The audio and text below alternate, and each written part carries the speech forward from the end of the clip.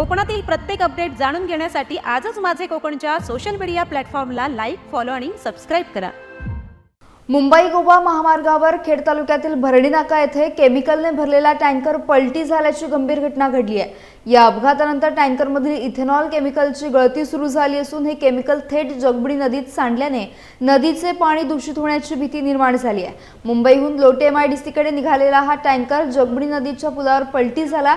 अपघातानंतर मोठ्या प्रमाणात केमिकल गळती झाल्याने परिसरात उग्र वास पसरला असून नागरिकांमध्ये भीतीचे वातावरण निर्माण झाले आहे। विशेष म्हणजे याच परिसरात खेड शहरासह अनेक गावांना पाणी पुरवठा करणाऱ्या नळपाणी योजनेच्या जॅकवेल विहिरी असल्यामुळे परिस्थिती अधिकच गंभीर बनली आहे। घटनेची माहिती मिळताच अग्निशमन दल, पोलीस आणि संबंधित प्रशासन घटनास्थळी दाखल झाले असून गळती रोखण्याचे प्रयत्न सुरू आहेत। तसेच लोटे MIDC मधील तज्ञांची टीम देखील पाचारण करण्यात आली आहे। दरम्यान या घटनेमुळे परिसरातील पाणी पुरवठा आणि पर्यावरणावर परिणाम होण्याची शक्यता व्यक्त करण्यात येत असून प्रशासनाने तातडीने उपाययोजना करण्याची मागणी स्थानिकांकडून करण्यात येते आहे।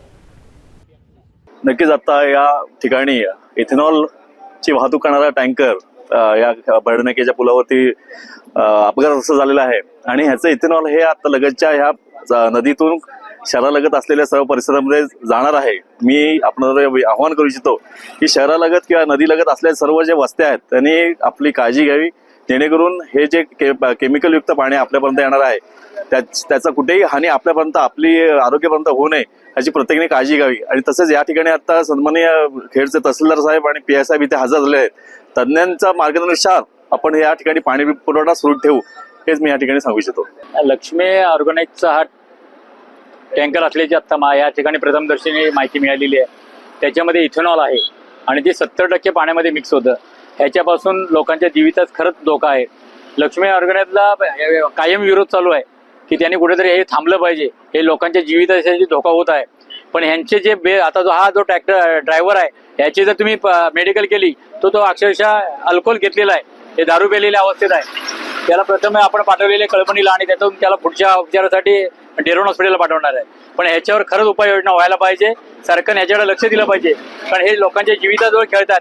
आजपर्यंत केमिकल तिथं फॅक्टरीमध्ये होतं, आता ते आमच्या घरापर्यंत आलंय। म्हणजे उद्या जर हे पाण्यामध्ये मिक्स झालं आणि आमच्या जर नळपाणी योजनेच्या मार्फत लोकांच्या घरापर्यंत गेलं तर सगळ्यात मोठा भयंकर हा या ठिकाणी एक मोठा अपघात होऊ शकतो, घडू शकतो।